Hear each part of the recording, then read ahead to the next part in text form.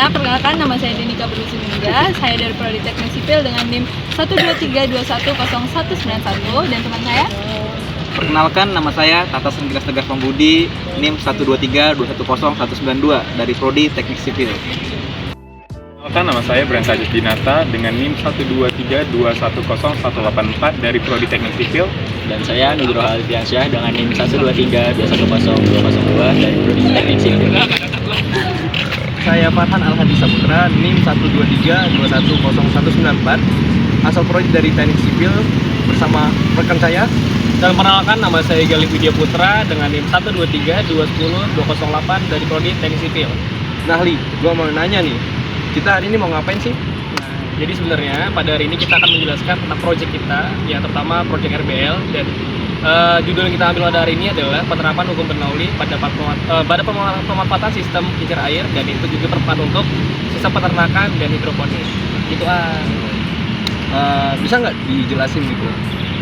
untuk penjelasannya kita alihkan ke rekan kita satunya. Jadi tonton terus ya untuk video kita. Penemu hukum Bernoulli bernama Daniel Bernoulli adalah seorang matematikawan dan fisikawan asal Swiss. Dia lahir pada tahun 1700 dan meninggal pada tahun 1782. Bernoulli dikenang karena aplikasinya dalam matematika ke mekanika, khususnya mekanika fluida. Dia menjelaskan bahwa kecepatan fluida mempengaruhi tekanannya, yang dikenal sebagai hukum Bernoulli. Bernoulli juga unggul dalam bidang kedokteran, mekanika, astronomi, fisiologi, dan oceanografi. Maka dari itu, Daniel Bernoulli merumuskan P1 ditambah setengah rho 1 dikali V1 pangkat 2 ditambah rho 1 dikali G dikali H1 sama dengan P2 ditambah setengah rho 2 dikali V2 pangkat 2 ditambah rho 2 kali G kali H2.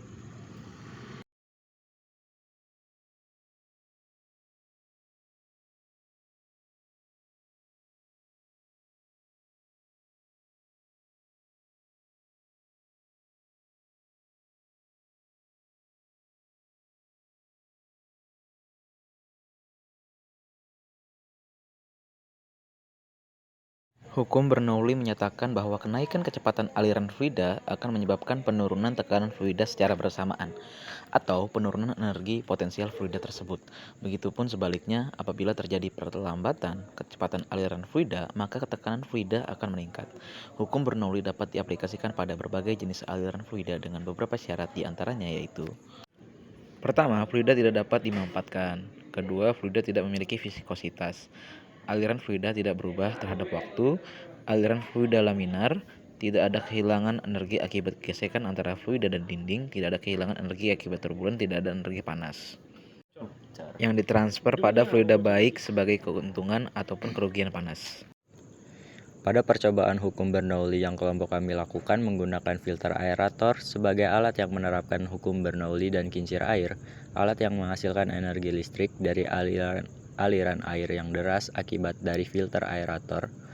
Pompa filter merupakan alat yang menyedot air, kemudian mengeluarkan air dengan aliran air yang cepat.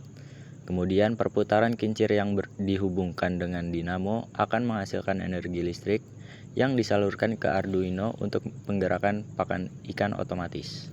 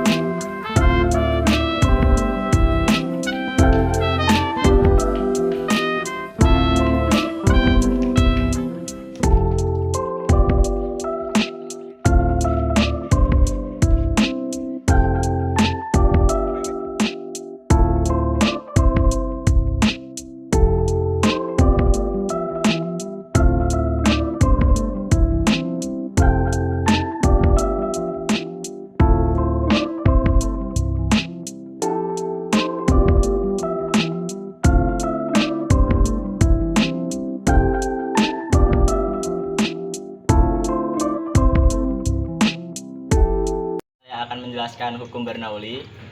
Hukum Bernoulli berbunyi kenaikan kecepatan fluida air maka akan menimbulkan penurunan tekanan pada fluida tersebut.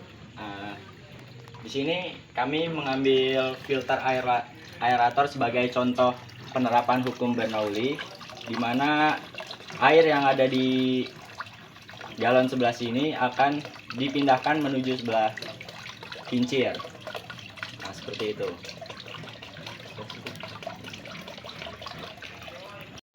Pada proyek RBL kali ini juga kita akan menerapkan sistem hukum Bernoulli kan pada sistem kincir air. Nah, untuk pada itu kincir air yang kita gunakan ini adalah pertama berfungsi sebagai pengumpul daya listriknya. Contoh, di sini saya punya dinamo. Nah, sebetulnya dinamo ini dikaitkan dengan kabel dinamo juga, dan ini diputar oleh bagian kincir sini. Nah, ini ada bagian untuk menahan karet dinamonya, dan ini akan disambungkan ke dinamo. Nah, daya listrik yang dihasilkan oleh kincir ini akan ditampung ke dalam Arduino, dan itu berfungsi untuk menggerakkan pakan otomatis. Namun, dalam waktu yang dapat dikatakan kurang cukup, kami memungkinkan usaha yang terbaik, tapi sebetulnya yang kami coba adalah ini sudah bisa berhasil, namun pada saat kita coba itu masih ada sedikit problem. Jadi kita menjelaskan beberapa upaya yang dapat dilakukan dari Arduino, dinamo, dan kincir air ini. Kemudian dari kincir air ini juga berfungsi sebagai penyalur air. Nah, jadi kan kita juga membuatkan sistem hidroponik yang tadi sudah dijelaskan oleh Saudara Nata. Nah, hidroponik ini dengan media genteng yang dihancurkan dan tanaman kangkung itu membutuhkan air yang mengalir dari tingkat atas ke bawah untuk sebagai media nutrisinya. Nah, jadi nutrisi dari tanaman itu bisa jadi maaf dikatakan mungkin tidak terdengar, itu dari kotoran hewan ataupun kotoran ikan nila. Nah, jadi seperti itu fungsi dari kincir ini. Yang pertama adalah dia menghasilkan daya listrik, dan kedua berfungsi sebagai penyalur air untuk tanaman hidroponik. Jadi salah satu alat yang kami kembangkan melalui proyek RBL ini adalah pakan pemberian ikan otomatis. Alat ini menggunakan bahan botol bekas, servo sebagai penggerak untuk tutup pakan, lalu Arduino sebagai Nah, jadi di sini adalah otak Arduino-nya berada yang sudah disetting oleh kami bagaimana pemberian pakan itu dilakukan. Jadi secara aktualnya nanti ke depannya Arduino ini akan disetting menjadi 4 jam sekali. Jadi ini alat yang ini servo ini akan membuka setiap 4 jam sekali dengan loop 2 kali. Jadi kayak set set set set gitu kan.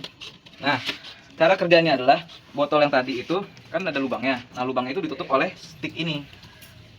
Jadi salah satu contohnya bisa kita contohkan seperti ini. Ini contohnya kita masukkan makanan ikannya. Nah, tunggu 10 detik dulu karena ini untuk di testing. Jadi kita menggunakan interval yang cepat. Nah, tuh turun kan. Nah, itulah kurang lebihnya. Maka ikan-ikan di sini akan mendapatkan makanan, dan tanpa ketika kita di luar rumah itu akan berjalan secara otomatis gitu. Seperti yang dijelaskan oleh teman saya tadi Gali, ini menghasilkan listrik ya. Nah, listrik tersebut dihasilkan dari putaran kincir air. Nah, itu akan disalurkan ke dinamo. Nah, dinamo ini akan menghasilkan listrik yang akan memberikan tenaga ke alat pakan ikan ini secara otomatis sebesar 80 mA. Nah, apa lagi ya? Membuat beberapa konsep, dan inilah hasil konsep kami, yaitu kami membuat penyaluran antara setiap galon ini. Contohnya dari tempat ini ke tempat ini memiliki saluran, dan juga ini ke tempat ini juga memiliki saluran, yaitu salurannya dari bawah. Ini yang membuat dari pipa sehingga ikannya bisa tersalurkan dari sini hingga ke sini. Hingga debit airnya itu tetap, kalaupun berkurang itu hanya waktu yang lama. Udah gitu doang. Salah satu contoh dari pemanfaatan hukum Bernoulli dalam filter aerator ini adalah kami memanfaatkan kangkung hidroponik, di mana air di sini sebagai aliran air untuk sumber air dari kangkung hidroponik tersebut. Ya, jadi sudah telah menjelaskan tentang bagaimana fungsi dari proyek kami dan juga beberapa cara pembuatannya. Kemudian di terakhir kami akan menjelaskan beberapa kelemahan, kelebihan, dan juga saran untuk pengembangan proyek kami. Nah, yang pertama kita jelaskan dulu untuk kelemahannya.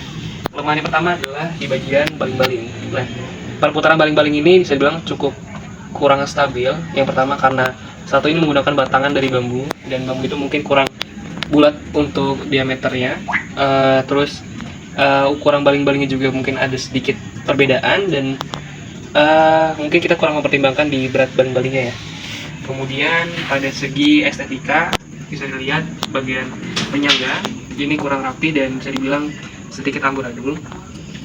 Dan juga tadi saya jelaskan di video ya tentang dinamo.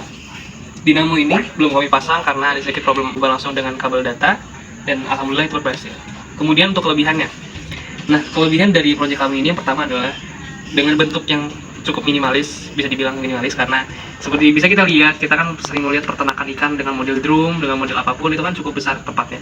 Dan kita mencoba untuk memakai model yang kecil dengan galon mineral ukuran 15 liter, dan saya rasa ini cukup praktis jika ingin melihara ikan-ikan kecil ataupun ingin beternak ikan-ikan yang bisa dipelihara di rumah, itu cukup bagus.